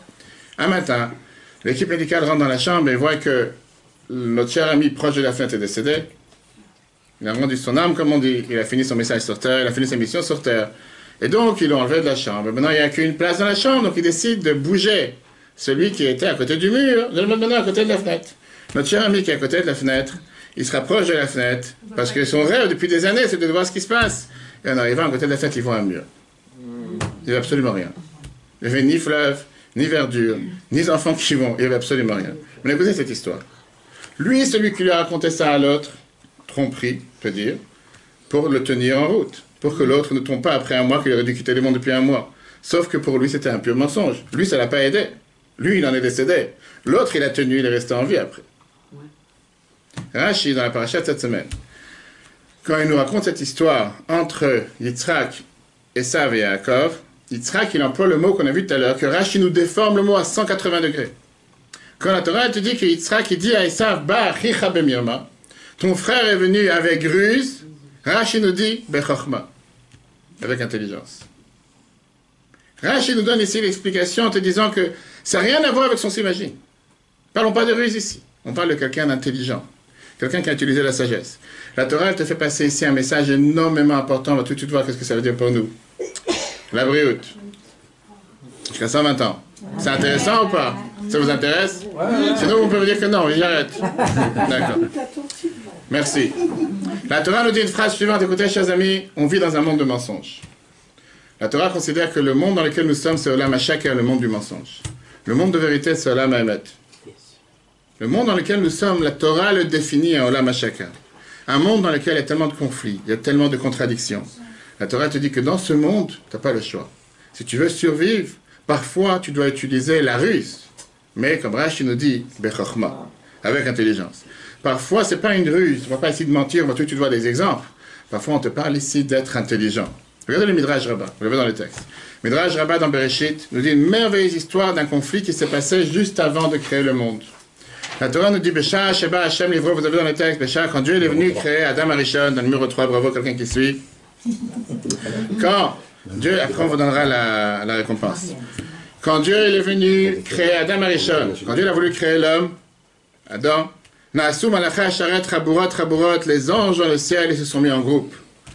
Même Amrim Alivra, certains ils ont dit, il ne faut surtout pas créer l'homme. Ou même Amrim Ivra, certains ils disent, il faut créer l'homme. Vient la tribu de Chesed, la tribu de bonté. Amrim Yivra, ils disent, il faut créer l'homme. Pourquoi? Je suis le Gomel Chassadim, parce qu'il fait des bontés. Il fait du Chesed, il fait la Tzaka, etc. Et Met Omeret, vient la vérité, la tribu de vérité à Dieu, elle dit, Alivra, ne crée pas l'homme. Pourquoi? Chez Kulosh Karim, c'est un menteur par excellence. Midrash. Maasa Hashem, le Midrash, tu vois, ce qu'il a fait Dieu. Natal Emet, Veshlichol Haaretz. Il a pris la vérité et l'a jetée par terre, sur terre, dans une autre terre. Que dit-il dans Daniel, chapitre 8? Vatishlach Emet Arza, il a jeté la vérité par terre. Viens, la Torah te donne ici un message énormément puissant. La base de la création du monde était faite en pliant la vérité. En faisant en sorte que la vérité soit courbée. Dieu, il a compris que s'il veut que le monde se maintienne, il faut parfois baisser la tête de la vérité par rapport à des valeurs beaucoup plus importantes. Bien sûr que la vérité, c'est une valeur énormément importante, mais ce n'est pas la plus importante. Je ne suis pas en train de dire ici, de donner une aval rabbinique halachique qu'il faut mentir. Ce n'est pas du tout ça qu'on parle, on va voir de quoi on parle. La Torah te dit qu'il y a parfois des valeurs beaucoup plus importantes que la vérité, et parfois il faut savoir baisser la vérité. Rabbi rappelle ça dans plusieurs discours. Mais Rabbi nous dit que, qu'est-ce que ça veut dire quand on dit baisser la vérité? Prenons un exemple. On a un exemple entre la vérité et la vie. Pensons à quelqu'un qui est gravement malade et qui demande au docteur ou aux gens de famille c'est quoi la situation de cette personne. S'il entend la vérité, il risque de tomber en danger. Avoir une crise cardiaque, perdre ses fonctions, être déprimé. On a le devoir et la permission, c'est ça la question que j'ai demandé au départ, de changer la vérité. Je n'ai pas dit mentir. Changer la vérité pour lui faire les choses de manière beaucoup plus simple. D'où on le sait, quand on parle d'un danger de vie, le Navi nous raconte. Avec Shmuel Hamelech, quand Shmuel il est parti pour oindre le roi David, il a eu peur que les gens de Shaoul vont le toucher, vont le frapper, vont lui faire du mal. Qu'est-ce qu'il nous dit le texte? Les pas ça chez vous. Dieu dit au roi Shmuel, ne dis pas que tu es venu pour moi, le roi David. Viens dire que tu es venu amener un sacrifice. Ne le dis pas la deuxième mission de ta vie. Pourquoi? Parce que en disant la moitié de la vérité, tu protèges ta vie. Si jamais tu vas dire que tu es venu pour roi David, le petit-fils d'Ishai, et tu vas enlever la royauté du roi Shaul, le risque de ces gens de te tuer. Dieu, il dit à Shmuel, ne dis pas que tu es venu pour faire ça, dis seulement que tu es venu amener un sacrifice. Maintenant, est-ce qu'il a menti? Il n'a pas menti, il est venu amener aussi un sacrifice. Mais ce n'était pas la raison essentielle pourquoi il est venu. Mais s'il avait dit la deuxième cause, automatiquement, qu'est-ce qui serait passé? Il serait fait tuer. Le rabbi rappelle ça en 81. On parle ici de changer de la vérité et pas de mentir. Ça veut dire qu'on a le droit de dire quelque chose qui est de base vrai, qui pourrait éventuellement être vrai dans un autre cas. On n'est pas en train de dire qu'on a le droit de mentir. Et c'est une énorme différence. Rashi nous fait remarquer ça dans la paracha de cette semaine, comme j'ai dit tout à l'heure. Quand Yaakov il a répondu à Yitzhak, il lui dit, c'est toi mon fils. Qu'est-ce qu'il lui dit? Anochi, virgule, Esav v'chorecha. Rashi nous dit qu'il a fait une distinction. Il a dit, je suis là, c'est moi. Esav, c'est ton premier-né. Il n'a pas dit, je suis Esav, ton premier-né. Bien sûr que dans le texte, c'est ce qu'on lit. Mais Rashi te dit qu'il a fait une distinction. Il dit, c'est toi mon fils. D'abord, il a répondu, oui, je suis ton fils. C'est vrai, c'est pas un mensonge. Esav, c'est ton premier-né. Maintenant, tu peux dire, oui, tu joues sur les mots. La réalité, c'est que tu peux l'expliquer de cette manière comme de cette manière. Avec Aaron, c'est très bien que la Torah me dit qu'Aaron, il allait voir les couples, les gens, il faisait la paix entre les couples, il faisait la paix entre les gens en disant que quoi, je suis parti voir là, il est tellement peiné, il est malheureux, il pleure toute la journée du fait qu'il est en guerre avec toi.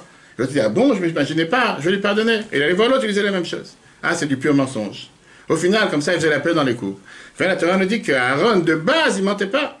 Parce qu'un juif, par définition, dans l'aneshama, il va être uni avec un autre. Parfois, on a le corps qui fait qu'on n'est pas unis, mais par réalité, il voudrait être unis. Comme on a une fois avec une maman qui a envoyé son enfant pour aller à l'épicerie en bas pour aller acheter à manger.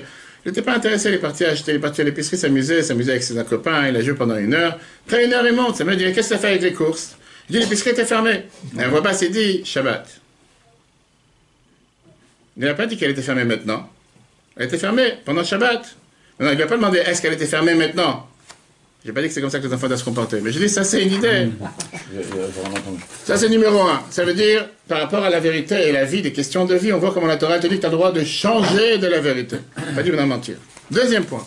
Prenons un des conflits les plus connus dans le jeu aujourd'hui quand on parle du Shalom Bayit. Et d'ailleurs, la Torah ne dit jamais qu'il faut avoir le Emet Bayit. La Torah ne dit pas qu'il faut avoir la vérité dans la maison. Elle n'a pas dit qu'il faut mentir à longueur de journée. Mais la Torah te dit qu'il faut avoir l'harmonie dans le couple. Et oui, parfois, il faut savoir que pour avoir le Shalom, il ne faut pas dire la vérité. Comme tous les jeunes couples qui viennent me voir en général, je prépare avant le mariage, parfois aussi après le mariage, que je dis que pour pouvoir avoir un vrai Shalom Bayit, il faut savoir être sourd, muet et aveugle, et parfois les trois à la fois. Pas obligé de tout voir, pas obligé de tout remarquer, pas obligé de dire un argument, de dire quelque chose à chaque fois, chaque chose qui se passe. Parfois, il faut savoir fermer les yeux, il faut savoir fermer les oreilles. Un des conflits les plus courants dans notre vie aujourd'hui, c'est le fait qu'on a un conflit entre dire la vérité et vivre en paix avec nos proches, par le mari, femme, parents, enfants. Parfois, on sait très bien qu'un couple doit changer de la vérité quand on te demande comment c'était le repas hier soir. Il va dire non, c'était dégoûtant, c'était abominable, il n'y avait pas de goût, qu'est-ce que tu veux vexer la personne qui a travaillé pendant des heures? Je dis c'est très bon. Et des fois, il y a des gens qui le font vraiment parce que ça leur touche la sincérité du travail que l'autre il a fait. Ou bien, comment j'ai l'air aujourd'hui?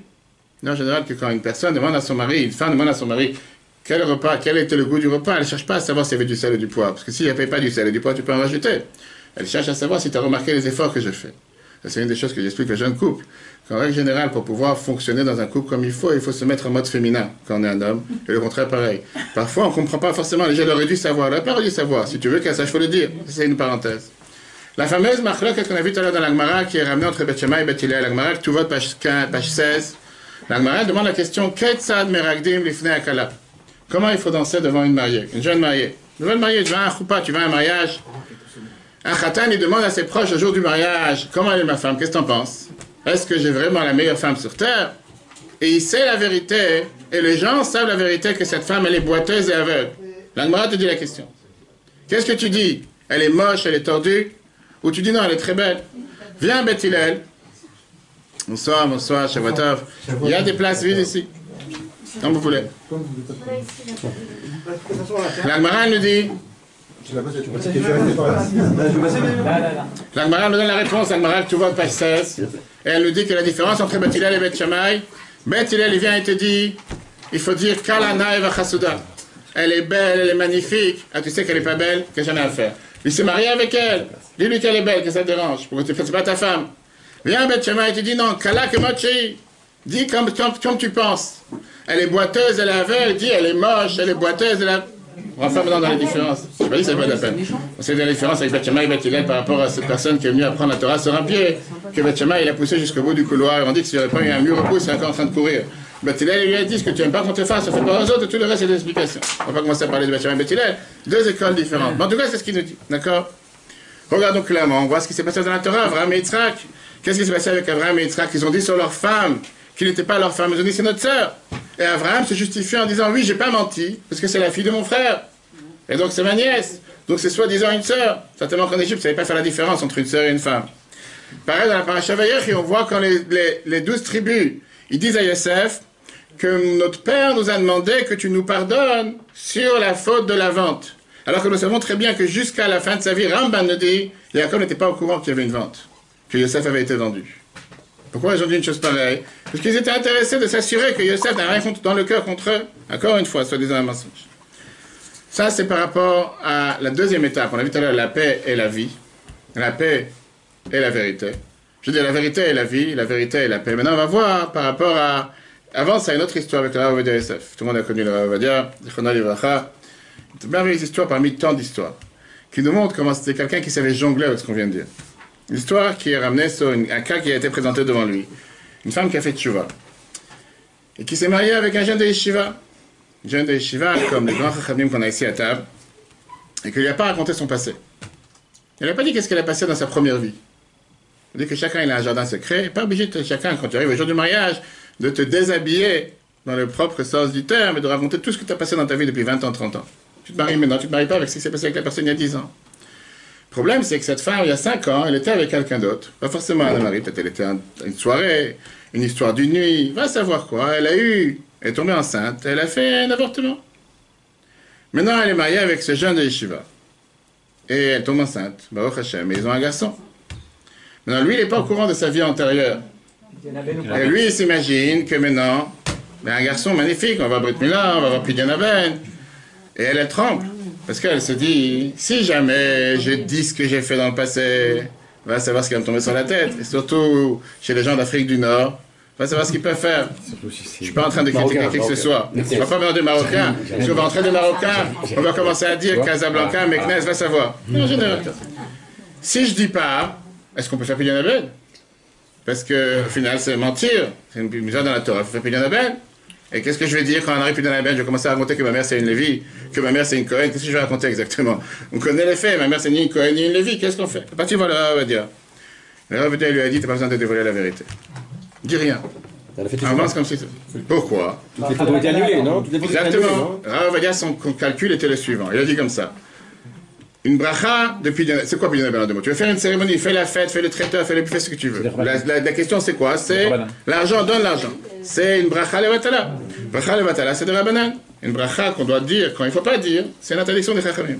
Alors que divorcer, c'est une histoire de règle, c'est quelque chose qui dépend de la Torah. La Torah dit que Dieu il a voulu effacer son nom pour qu'il y ait un shalom bayit dans un couple. Quand je mets les deux sur la balance, il vaut mieux faire le petit péché, si on peut dire, que le grand. On n'est pas tous là, on va dire. Je vous l'assure, c'est pas apprendre ça, à mettre ça en application dans la vie de tous les jours, mais pour montrer que parfois, quand on a la paix et la vérité, c'est la paix qui prévaut, pas forcément la vérité. Ou bien, quand on parle ici de agir face à un rusé. Et ça, c'est ce qu'on a parlé tout à l'heure. Pourquoi il y a Yitzhak qui a voulu d'abord bénir Esav? Et ça, c'est un point qu'on a oublié. Il ne faut pas l'oublier. Pourquoi Yitzhak a voulu bénir Esav? Parce qu'Esav lui-même était un ruseur et c'était quelqu'un qui trompait son père à longueur de journée. On a dit tout à l'heure, Tsaïd Bepif. Le fait que lui-même il a agi avec ruse, ça a engendré qu'on a agi envers lui avec ruse. Parce que lui, c'était un menteur. Lui-même, il a trompé son père. Le fait qu'Yitzhak, il aimait tellement son fils, et ça, c'est pas un amour naturel entre un père et un fils. Il est devenu aveugle à cause de ses femmes, avec tout ce qu'ils amenaient pour l'idolâtrie chez lui à la maison. Tu n'aurais pas pu aller faire tes bêtises avec tes femmes ailleurs. Tu dois venir chez lui à la maison faire ses bêtises. La Torah nous dit que puisqu'il vivait une vie désenchantée, il vivait une vie que devant son père, il se montrait comme le porc. avec les sabots fendus alors qu'en réalité c'est quelqu'un qui est 100% interdit. Devant son père, il voulait faire croire comme s'il demandait s'il faut faire le maaser sur du sel, alors que toute la journée il fait des choses qui sont 1000 fois plus pires. Lui c'était quelqu'un qui est tellement tendu. La Gemara te dit, la Torah te dit la fameuse phrase, im naval, tit nabal. Avec un rusé, tu utilises exactement son même arme. Puisque c'est quelqu'un qui est rusé par excellence, parfois dans la vie tu dois utiliser aussi son arme.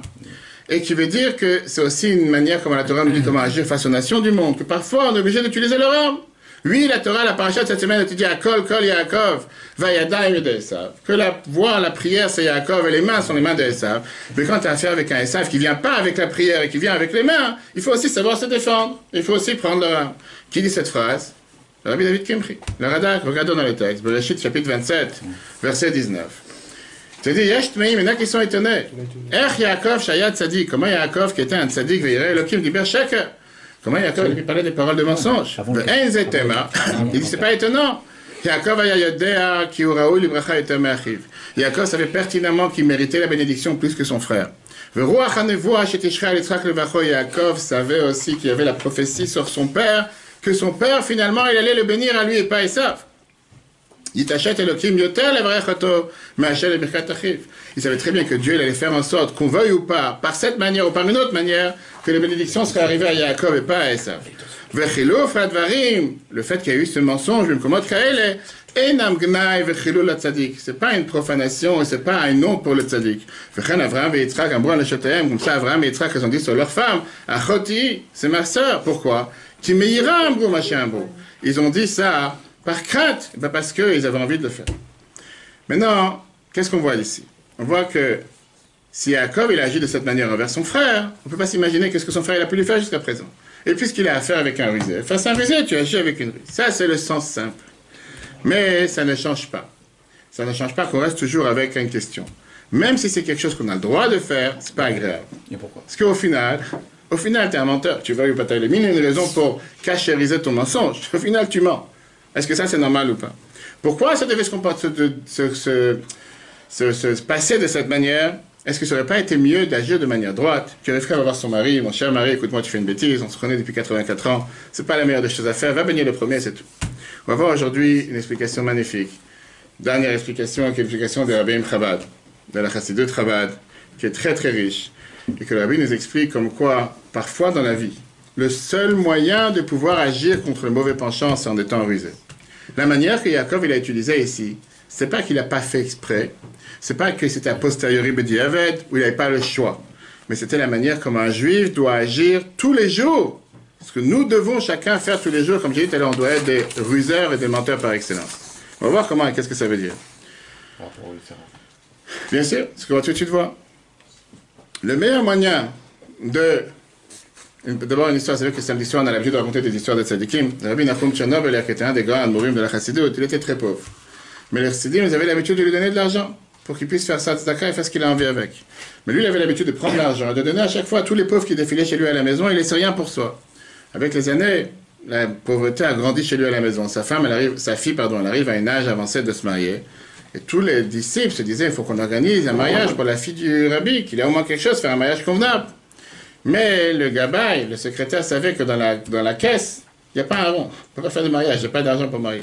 Pour ça, je savais que ce soir, c'était le jour du fiançailles du rabbi de Lubavitch, 3 Kislev, en 1929. Et on sait très bien que le rabbi il a connu sa femme 6 ans avant. Et pourquoi le mariage, ça a duré 6 ans avant de se marier? Parce qu'il n'y avait pas un rond pour faire le mariage, c'est au passage. Et c'est pour ça que ça a duré 6 ans avant de mettre le mariage en application. À l'époque, la situation était tellement difficile. En tout cas, un riche chassid arrive pour visiter le rabbi de Tchernobyl. Et le gabaï, il lui dit la situation avant qu'il rentre en audience privée. Il lui dit, tu sais que le rabbi doit marier sa fille, mais il n'a pas un centime. Il lui dit, je t'en supplie, fais aujourd'hui un geste, donne un chèque pour qu'il puisse se faire le mariage. Non, le gabaï, il attend que le chassid sorte du bureau du rabbi. Et pour prendre l'argent. Mais juste après que ce chassid sorte du bureau, il y a quelqu'un d'autre qui rentre dans le bureau pour demander une bénédiction. Et là, c'était un autre chassid qui est très très pauvre, qui doit aussi marier sa fille. Et il a besoin d'un prêt. Et l'argent que le rabbi venait de recevoir pour son propre fille, il lui a donné pour qu'il marie sa fille. Et donc, encore une fois, la caisse, elle est vide. Là, le gabaï, il ne peut plus se retenir. Il dit, j'en ai marre, parce que c'est lui qui doit gérer les comptes au final. Il vient, c'est le trésorier. Il vient et il demande au rabbi, comment tu as pu faire une chose pareille? Pourquoi tu distribues tout l'argent? Ce riche, il est venu te donner un chèque pour ta fille. Pourquoi tu l'as distribué maintenant? Tu aurais pu lui donner une partie. Pourquoi tu l'as tout donné? Garde quelque chose pour toi. Écoutez ce que Rabbi Lachom Chandob a répondu, c'est une histoire merveilleuse, ça rejoint ce qu'on est en train de voir. Il a dit, j'ai envie de te partager ce que j'ai dans mon cœur. Il a dit, je voudrais te montrer aujourd'hui comment j'ai découvert les ruses du mauvais penchant. Comment il est vicieux, ce mauvais penchant. Il a dit comme ça. Quand ce chassid est venu, il a commencé à pleurer que sa fille doit se marier, qu'il n'a pas d'argent pour se marier. Je voulais tout de suite lui donner l'argent que j'ai reçu. Mais dans ma tête, je me suis dit, peut-être ça serait mieux qu'au lieu de donner une tellement grande somme à une seule personne, il faudrait diviser ça en plusieurs familles. Pas tout donner à une seule personne. Pas laisser d'une somme qui pourrait éventuellement bénéficier beaucoup de personnes. Pourquoi je veux donner ça à une seule personne? Et donc j'ai hésité, je ne savais pas quoi faire, comment faire. Et là, je me suis dit, ça c'est la meilleure ruse et le meilleur coup des mauvais penchants. Il se déguise en bon penchant et il te propose soi-disant des solutions convenables, alors qu'en réalité, le seul but, c'est que tu ne donnes pas l'argent. Parce que si vraiment il aurait cherché à ce que tu fasses Dakar, il t'aurait dit, donne maintenant ce que tu as, Dieu t'enverra ailleurs, tu as bitachon, tu parles de bitachon, où est ton bitachon aujourd'hui? Et donc, le fait que ce mauvais penchant voulait avoir un impact sur moi, qu'au lieu de le donner à une personne, le diviser en 5 personnes, je me suis dit, pourquoi cette pensée-là arrive juste maintenant? Pourquoi elle n'est pas arrivée hier? Pourquoi elle n'est pas arrivée un autre jour? Juste au moment où je reçois de l'argent pour moi, je me dis, non, vaut mieux, mais c'est quoi, fais une meilleure mitzvah, donne ça à 5, pas à une personne. J'ai tout de suite compris c'est quoi cette rue, j'ai décidé, je leur donne l'argent et laisse-toi tranquille. Le Rabbi a raconté cette histoire des dizaines de fois, à des dizaines de reprises, et le Rabbi a amené beaucoup d'enseignements riches. Cette histoire nous donne la manière de comprendre pourquoi la clé pour pouvoir réussir à se battre contre le mauvais penchant, c'est seulement avec ruse. Parce que c'est sa manière d'agir. Regardons, soyons francs ici tous ensemble. Le moyen que le mauvais penchant il fait tomber chacun d'entre nous tous les jours, il n'est pas de manière conventionnelle. Il ne dit pas la vérité. Pas seulement il ne dit pas la vérité, il n'est pas habillé comme un voyou, comme un Satan, comme un ange de la mort. Si tu fais un péché, il va savoir ce qui va te tomber sur la tête. Il ne te dit même pas que c'est pas bien de fauter. Et après, tu vas regretter ce qui va t'arriver. Tu sais, ici, un film qui est totalement faux. Il s'habille avec les habits de Yaakov, et comme ça, il nous fait tomber. Je te dis comment c'est merveilleux, comment ta vie va être heureuse, comment tu vas te découvrir toi-même. Même après la halakha, c'est pas si interdit que ça. Et au final, tu fais des bêtises tous les jours, chacun d'entre nous le sait. Agadot Rabababachana, qui sont des histoires de la Gemara très riches, on voit ici dans les chiffres 4, Bababa, 73. Beaucoup de Pachanim nous disent que ce pas des histoires qui se sont passées, mais en réalité, c'est des exemples sur notre vie quotidienne. Rabbi nous raconte, si Prouli Yordéayam, ceux qui vont dans la mer nous raconter une histoire. Il y a des fois des grandes vagues qui vont renverser un navire. Ça a l'air d'une langue de feu blanche à sa tête. Puis la Gemara demande quel rapport, quelle est l'histoire avec cette langue de feu blanc? C'est cette vague qui représente une langue de feu blanc. Le Bio Agadot du Gros nous dit que Rava il avait une question qui le dérangeait par rapport à la vie de chacun d'entre nous. Comment des navires, des paquebots se font renverser par une grande vague? Tu veux dire, comment des gens qui ont une énorme carrière, une carrière tellement importante, parfois tombent parce qu'ils ne sont pas capables de se retenir quelques minutes. On voit ça dans la vie de chacun d'entre nous. On n'a pas besoin de s'appeler Harvey Weinstein. On voit qu'est-ce qui s'est passé les dernières années, les derniers mois dans le monde entier. Combien de gens qui ont les plus grandes carrières, les plus belles carrières, des fois des plus grands postes, comment parfois par une simple bêtise, ils sont en train de perdre toute leur vie, tout ce qu'ils avaient jusqu'à aujourd'hui. Rabba Babachana s'est posé cette question. Qu'est-ce qu'ils ont répondu les gens qui étaient dans la mer? La Gemara nous dit que cette vague, elle est une langue de feu blanche. Qu'est-ce que ça veut dire une langue de feu blanche? En réalité, le mauvais penchant, il met ici toute une machine de guerre, pour te convaincre que ce que tu dois faire, c'est la meilleure des choses à faire. C'est pas seulement que tu as ici une guerre d'un fantasme, d'une envie personnelle contre la logique. Il te met une logique contre la logique. Le mauvais penchant, il essaie de tout faire pour te montrer pourquoi c'est bien de fauter. Enfin, il n'était pas en train de dire de fauter, il te dit qu'il faut faire, c'est bien de faire ce que tu vas faire, alors qu'il sait très bien que c'est quelque chose qui est interdit. Rabbi, il écrit dans les mêmes, on va tout de suite voir. Les chassidim nous disent qu'au départ, le mauvais penchant, il avait l'air comme le Satan. Il faisait peur. Et comme il faisait peur, il avait l'air comme, vous savez, ces logos de poison qu'on a sur certaines boîtes de Javel ou quoi que ce soit. C'est un danger de mort, va savoir ce qui va t'arriver. Personne n'a voulu avoir affaire avec lui. Il a compris qu'il n'a pas de business, il n'a pas de travail. Il a décidé de s'habiller comme un chassid, avec un sertouk, avec un chapeau, avec une longue barbe, des fois une barbe blanche, même avec un talit sur lui. Et il a l'air du bon penchant. Un exemple, comme j'ai dit ce matin au travail, j'ai raconté parce qu'on a des fois des gens qui viennent pas à l'heure, ils viennent des fois en retard. Le penchant te dit, puisque tu vas prier comme il faut avec grande kavana, pourquoi tu vas te lever pour arriver à la synagogue à 10h? Lève-toi à 11h. Moi, tu seras plus frais, tu seras plus en forme. Et tu pourras arriver comme il faut à la synagogue. Moi, tu pourras écouter les discours du rabbin. Moi, tu pourras écouter Kriyat Torah. Et moi, tu vas prier comme il faut. Et bien déjeuner surtout. Et à 11h30, une fois que tu vois la montre, il fait maintenant il est trop tard, j'aurais dû aller plus tôt. Le mauvais penchant ne lui dit pas ne va pas à la synagogue aujourd'hui. Il lui dit va, il lui dit va à la synagogue. Mais il lui dit au lieu d'aller, va un peu plus tard. C'est pour ça que tu vas aller plus tard, tu vas être en forme. Ou bien il lui dit pourquoi tu vas. Il ne dit pas de ne pas parler du Lachon Hara. C'est ce que tu vas dire, c'est pour le bien de l'autre. Pas qu'on lui fasse du mal. Grâce à ça, il va s'améliorer, il va aider. Quand il va voir une personne qui trompe sa femme, ou qui est là avec une autre femme, il lui dit écoute, tu te sens tellement solitaire. Et de toute façon, à la maison, tu n'as pas ce que tu as. C'est pas si grave que ça. Et au final, grâce à ça, tu vas pouvoir être beaucoup mieux comme tu dois être à la maison. Et à chaque fois, il va pas venir te dire fais un péché, mais c'est pas grave. Il va te dire fais quelque chose, que grâce à ça, tu vas te sentir mieux, tu vas être plus heureux. Et grâce à ça, tu vas pouvoir faire ce que Dieu attend de toi. Le Rabbi, il écrit dans Yom Yom, c'est tellement riche. Vous apprenez la Yom Yom, je ne sais pas s'il y en a ici. Le 23 Sivan. Regardez le prochain texte, l'avant-dernier texte, 2 textes avant la fin. La Bible écrit que le Yetzer Hara, le mauvais penchant, les permis parfois, ou Shual, c'est un renard, Piker Shebachayot, c'est le plus intelligent que tous les animaux sur terre. Tzrichim le Chochma Meruba, on a besoin d'être énormément intelligent, le Havin Tarbulotav pour comprendre ses ruses. Les permis parfois, Mitlabesh Belvosh Tzadik, il s'habille avec des habits d'un Tzadik, Anav, humble, ou Baal Midot Tovot, qui a des bons traits de caractère. Le Tzadik par excellence, ça c'est le mauvais penchant. Maintenant, on va comprendre, chers amis, pourquoi Yaakov, il a dû choisir l'arme de ruse face à son frère.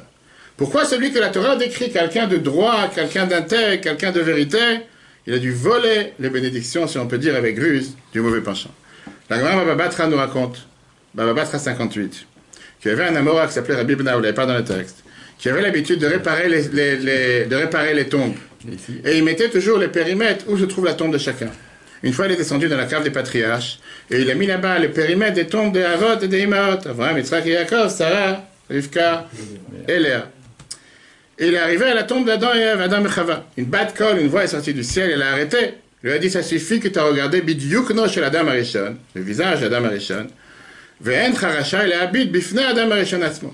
C'est déjà suffisant que tu as vu le visage d'Adam, tu n'as pas le droit de regarder Adam lui-même. Qui était le Dyukno chez l'Adam Arishon? Panav chez Yaakov Avinu. Yaakov Avinu reflétait, c'était le tikkun de Adam Arishon. Et la Gemara nous termine en disant Choufre de Yaakov, mais Choufre de Adam Arishon. Qui était Yaakov? Yaakov était la réincarnation de la neshama de Adam. Yaakov devait réparer la faute de Etzadat, qui était la faute de l'arbre de la connaissance. Cette faute, comment elle s'est passée? Par ce qu'on vient de voir. Avec cette ruse maligne, tordue, du mauvais penchant.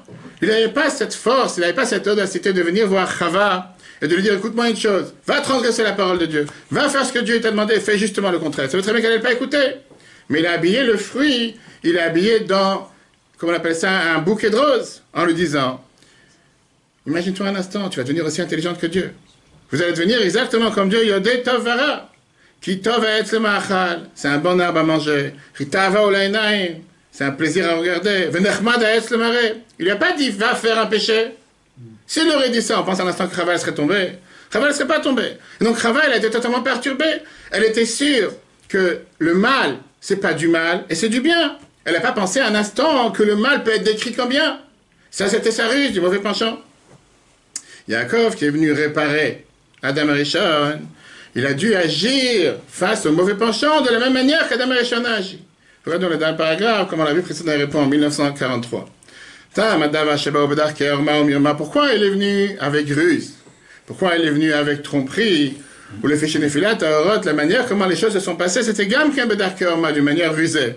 Comme c'est écrit à Nachash Ayaharum, que le serpent était rusé. Sherima, à part ça qu'il était nu, Sherima et Chava et Adam, il a rusé Adam et Ève. Arrêtrilat et Kirat, la manière comment il a pris les bénédictions, les étincelles de sainteté, c'était pas ruse. Ou les autres, c'est la raison pour laquelle il fallait lui enlever ses bénédictions aussi avec ruse. C'est pour ça que Rivka et Yaakov, Adam et Chava, qui sont Adam et Ève, Choufre de Yaakov, mais Choufre d'Adam Arishon, Rivka était comme Chava, et ça, Assoum, Mirmod et Tarbulot, ils ont fait tout type de ruse, la Kachat, Abrachot, Meessa, pour prendre les bénédictions de Esav. Chassidim nous raconte, une fois Rabbi Elimelech et Rabbi Zusha de Lizan, vous connaissez les deux frères, on a beaucoup d'histoires sur eux. Ils ont dit qu'on était tous inclus et incorporés dans la neshama d'Adam. On vient tous de la neshama d'Adam Arishon. Adam, il a débattu est-ce qu'il devait fauter ou pas. Pourquoi nous, qu'on était à l'intérieur de son corps, on n'a pas pu lui dire il ne fallait pas fauter. On aurait dû le retenir. On était tzaddik. On aurait dû dire pourquoi tu as fauté. Il a dit à son frère Elimelech, mon cher frère, si jamais Adam n'aurait pas fauté, jusqu'à aujourd'hui, on aurait vécu avec le regret. Qui sait ce qu'on a perdu si on aurait fauté? Maintenant qu'Adam il a fauté, on sait aujourd'hui qu'est-ce qu'il a coûté cher. On sait tout ce qui s'est passé, les différentes malédictions, si on peut dire qu'il a reçu. On sait qu'il ne faut plus toucher à ce qu'il ne faut pas toucher. Qu'est-ce que tout ce qu'on vient de voir ce soir veut dire dans la vie de chacun d'entre nous, et chers amis, avec ça on termine. Qu'est-ce que ça veut dire? On doit devenir des ruseurs, on doit devenir des trompeurs, on doit devenir des menteurs. C'est pas ce qu'on a dit. Mais il y a une idée que dans la Torah nous répète, elle a bien répété des centaines de fois, que dans la vie de tous les jours, par définition, on doit mentir. Si on veut pouvoir faire ce que Dieu il attend de nous, on n'a pas le droit d'être vrai. Qu'est-ce que ça veut dire? La Neshama, elle cherche à faire ce que Dieu lui demande. Le corps, il cherche à faire ce qu'il a envie de faire. Le corps, il est égocentré. Il veut chercher à remplir ses besoins et ses plaisirs. Et la Neshama veut faire ce qu'elle veut. Nous, on doit être capable de prendre ce que le corps veut faire et l'utiliser pour la Neshama. Bien sûr qu'il faut manger, qu'il faut travailler, qu'il faut dormir, qu'il faut sortir, tout ça, il faut faire. Mais pour quel but? Le corps, il veut le faire pour soi-même. Nous, on doit se dire, on prend ce que le corps veut faire et utiliser tout ça pour faire ce que Dieu il attend de nous de faire. Et ça, c'est la ruse qu'on apprend tous les jours. Bien sûr qu'un juif va manger, un juif va boire, un juif va dormir, un juif va travailler. Mais pour quel but? Pas pour ce but en soi de manger, dormir, travailler, parce que ça, c'est la raison pourquoi Dieu nous a envoyés sur terre. Dieu nous a envoyés sur terre pour remplir la mission qu'il nous a donnée, pour faire en sorte de faire ce qu'il nous demande, les 613 commandements, de faire en sorte de faire la mission que Dieu a donnée à chacun d'entre nous, que sans nous, personne d'autre va le faire. C'est une mission qui est propre à chaque individu. Mais si on va le faire avec la Neshama tout court, sans tromper le corps, sans ruser le corps, on va jamais réussir. Parce que le corps, il sera plus fort. Et la Gemara nous dit que le corps, il a l'argument qu'il est venu avant nous, avant la bar mitzvah, 13 ans avant. Il a déjà une ancienneté. Il a une exclusivité avant nous. Viens, c'est pour ça que la Torah te dit que tu dois ruser. Qu'est-ce que tu dis? Tu dois ruser. Tu dois essayer de tout faire pour montrer que oui, je vais travailler toute la journée. Oui, je vais dormir. Oui, je vais en vacances. Oui, je vais manger. Mais tout ça pour quel but? Pour pouvoir faire ce que Dieu attend de moi. Ça, c'est la manière comment nous d'apprendre la ruse. Et c'est comme ça, chers amis, qu'on peut réussir. Regardons la dernière paragraphe. Quand la Bible écrit ça. Pour recevoir les bénédictions de Dieu. Rivka Asta, Rivka, elle a fait quelque chose de ruse. Yaakov la vache et Bigdei Esav, Yaakov il a habillé les habits d'Esav. Mika Chaora, le Kouleno, c'est l'enseignement pour chacun d'entre nous. Agisha chez Yehudi, le Nyané Olam, comment on doit s'approcher des choses du monde, Veofan Shel Ramaout, de manière de ruse. D'abord, les Chora, a priori, ou Asuk, Bidane Gashmiut, on est occupé dans les choses matérielles. Achila, Oshtia, on mange, on boit, avec Achala, etc. Mais quelle est l'attention? Pourquoi on fait tout ça? Le Shem Shemaim, parce que c'est ce que Dieu nous a demandé de faire pour pouvoir faire ce que Dieu nous demande. Ou Amnam Lovesh et Bigdei Esav. C'est vrai qu'on s'habille avec les habits de Esav. Avant la Kavana Shalom, notre attention, c'est l'Igol et Tanitutzot, Akdusha, Shenaflusham, de libérer toutes ces étincelles divines, les étincelles de Kdusha qui sont bien à l'intérieur. Et quand on fait une chose pareille, on est garanti de réussir. C'est pour ça qu'il y a marqué, il y a marqué qu'on s'habillait, il y a les mains et la gorge. Exactement, et pas le reste. 100%. Chazak. Et en tout cas, chers amis, c'est une merveilleuse leçon qui nous parle dans la vie de chacun d'entre nous. Tout d'abord, ne pas avoir peur du mauvais penchant. Deuxièmement, se dire que Dieu n'attend pas de nous d'être parfaits. On a le droit de faire des erreurs. Il y a une femme qui m'a écrit la semaine dernière. Elle m'a écrit, j'ai reçu des questions des gens de tout au long de la journée sur l'application Itora ou ailleurs. Elle m'a dit, il est 6 heures, je voulais savoir ce que je peux encore faire mincha. Je lui ai dit, écoute, la nuit en ce moment c'est 5h35, tu ne veux pas faire mincha. Elle a commencé à m'écrire, non, c'est comme si elle était affolée. Je lui ai dit, t'inquiète pas. 75% des Shulchan Aruch, il est fait pour les gens comme toi. Tu prends la majorité des Shulchan Aruch, c'est écrit, si tu n'as pas fait mincha, tu fais 2 fois vite. Si tu n'as pas dit allez vers tu ne pas après. Le Shulchan Aruch, il n'est pas fait pour les gens parfaits. Le Shulchan Aruch, il est fait pour les gens comme nous tous. Qu'on a droit à l'erreur, qu'on se trompe. Et parce qu'on a fait une erreur, on répare. Le même Shulchan Aruch qui te dit qu'il faut faire Shachrit Mincha Aruch. Le même Shulchan Aruch t'écrit des pages entières. Si tu n'as pas dit ce paragraphe quand il fallait, si tu n'as pas fait Mincha quand il fallait, pourquoi il te donne toutes ces lois si on est censé être parfait? Parce qu'on n'est pas parfait. Dieu n'attend pas de nous d'être parfaits. Je parle pour moi, peut-être ici il y a des grandes syndicats qui sont parfaits, mais on a le droit de faire des erreurs. Et le fait qu'on fait des erreurs, c'est pas grave. Pourquoi c'est pas grave? Parce qu'on a, c'est d'ailleurs le cours de demain, j'ai pas envie d'en parler maintenant, demain matin à 10h30, sur la culpabilité. Que la plus belle victoire qu'on peut donner au mauvais penchant, c'est de tomber dans l'amertume. Une fois qu'on tombe dans l'amertume, on dit que la Torah te dit qu'il n'y a pas un péché de l'amertume et de tristesse. Alors il y a une différence entre Azout et Mriout. Mriout, c'est tov. Mais ça dépend quand. On va voir. Le fait d'être triste et le fait d'être mélancolique et le fait de se sentir, de se culpabiliser et le fait de se sentir abaissé, il n'y a pas d'avéra à être comme ça dans la vie. La je te dis, c'est le cours de demain, on verra quand et pourquoi. Mais au final, quelqu'un qui finit par être amer, qui finit par être triste, il finit par être pas seulement lourd, comment on dit ça, il se sent... il ne sert plus à rien. Il se sent fainéant, il se sent qu'il ne se valorise plus, et au final, il finit par être totalement dépressif, jusqu'à pré-suicidaire, voire totalement suicidaire. Viens la Torah, elle te dit ça, chose. La plus meilleure victoire que tu peux avoir contre un mauvais penchant, c'est Yivdu et Hashem Besimcha. servir Dieu avec la joie. Quoi qu'il arrive, tu as fait une erreur, avance, ne te focalise pas sur l'erreur. Parce que pendant le temps que tu te focalises sur l'erreur, tu n'es pas en train d'avancer, tu es en train de perdre. C'est la plus belle victoire que tu peux donner au mauvais penchant. Voilà, chers amis, une merveilleuse leçon qu'on a fait aujourd'hui. Le cours sera en replay sur l'application eTorah. Il sera demain matin sur l'application. Vous pouvez télécharger, c'est gratuit. Si vous voulez être ami sur Facebook, avec grand plaisir. eTorah, E-T-O-R-A-H, sur Google et Apple. Et c'est important, et je voulais encore une fois remercier Myriam et Freddy d'avoir organisé ce merveilleux Malka. Le rabbi disait que la meilleure solution pour Shalom Bayit, c'est d'avoir un cours de Torah dans la maison. À plusieurs couples, le rabbi conseillait, depuis avant le mariage, d'organiser des cours de Torah dans la maison, que c'est important pour les enfants qui ne voient pas les parents seulement en train de manger, boire, crier, s'énerver, etc. Mais qu'il y a aussi un moment de Torah dans la maison, que les enfants voient que dans la maison, dans les 4 murs, il y a aussi des paroles de Torah. Kol hakavod, que ça amène toutes les brachot. Amen. Vous avez beaucoup de parfaite santé. Continuez à avancer dans la Torah, les mitzvot, à propager les lumières de la Torah, les mitzvot. Je ne sais pas comment on est devenus amis par Facebook. En tout cas, voilà, grâce à Facebook, on a eu ce cours de Torah ici ce soir. Ça montre comment c'est tellement riche. Je veux dire, aujourd'hui, on voit comment des juifs du monde entier écoutent des paroles de Torah grâce à Facebook, et c'est énormément important. Mais en tout cas, c'est important aujourd'hui d'apprendre. La meilleure clé que nous avons pour avancer dans la Torah et les mitzvot, c'est en apprenant les mots de la Torah, pas seulement pour les hommes, même pour les femmes. Parce qu'au final, par ça qu'on apprend, on a encore plus de goût à vouloir apprendre, on a plus de goût à découvrir, on comprend ce qu'on fait, et ça donne tout un autre sens à notre vie, et surtout quand c'est avec les valeurs de la chassidoute, qui sont tellement riches, de valoriser, comme la chassidoute nous explique, la différence avec le moussar, que d'après le moussar, c'est que malgré ce que tu peux faire pour te rapprocher de Dieu, tu es tout le temps loin de Dieu, parce que ton corps, c'est un corps qui est matériel, qui est bas, qui est terrestre. Bien, la chassidoute te dit, tout le mal que tu peux faire, tu ne pourras jamais t'éloigner de Dieu. Parce que tu as une neshama à l'intérieur de toi. Et cette neshama, c'est une parcelle divine. Et malgré que tu as pu faire des erreurs à longueur de journée, pas si grave. Dieu, il nous aime. Dieu, c'est un Avarachaman. Dieu, c'est un Père miséricorde. Et quand on avance, on est garanti de pouvoir réussir. Vous avez le live, si vous avez des questions, avec grand plaisir. Zimoun, avec plaisir.